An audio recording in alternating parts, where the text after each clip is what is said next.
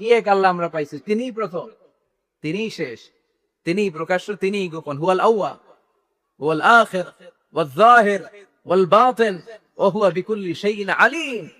তিনি সূচনাহীন অতীত থেকে আছেন, সুবহানাল্লাহ পড়েন। তিনি শেষ সীমাহীন ভবিষ্যৎ পর্যন্ত থাকবে, সুবহানাল্লাহ পড়েন। এজন্য সব সময় সে আল্লাহর জিকির করার দরকার আছে না নাই?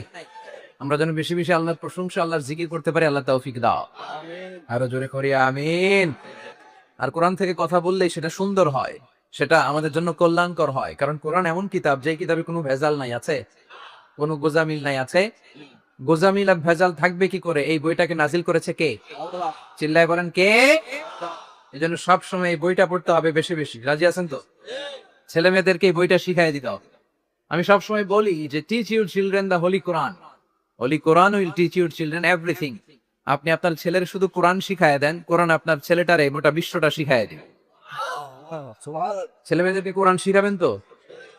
যে ছেলেপেলেরা কোরআন শিখে এরা ভদ্র হয়, এরা আল্লাহওয়ালা হয়, এরা দেশপ্রেমিক হয়, এরা টেন্ডারবাজ চাঁদাবাজ হয় না, এরা ধর্ষক হয় না। এদের কাছে আমার দেশ নিরাপদ, এদের কাছে আমার লাল সবুজের পতাকা নিরাপদ, এদের হাতে আমাদের মানচিত্র নিরাপদ, ঠিক কিনা? এই জন্য ছেলে মেয়েদেরকে কোরআন শিখাবেন তো? ছোটবেলা থেকেই শিখাবেন।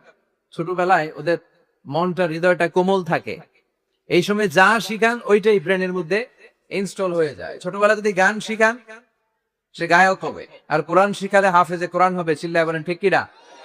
আমার বাবার মুখে প্রথম যেদিন শুনেছিলাম গান, সেদিন থেকে গানি জীবন, গানি আমার প্রাণ। এর কারণ আপনি ছোটবেলায় শিখেছেন কি?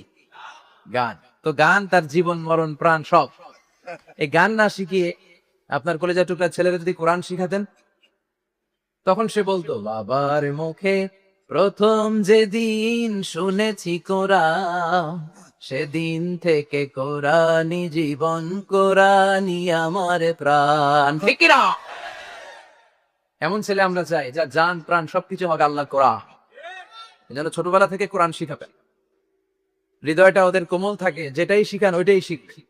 আমাদের ছেলে মেয়েগুলো যেন আল্লাহ আল্লাহ হয়, আমাদের ফ্যামিলির সবাই যেন কোরআন প্রেমী হয়।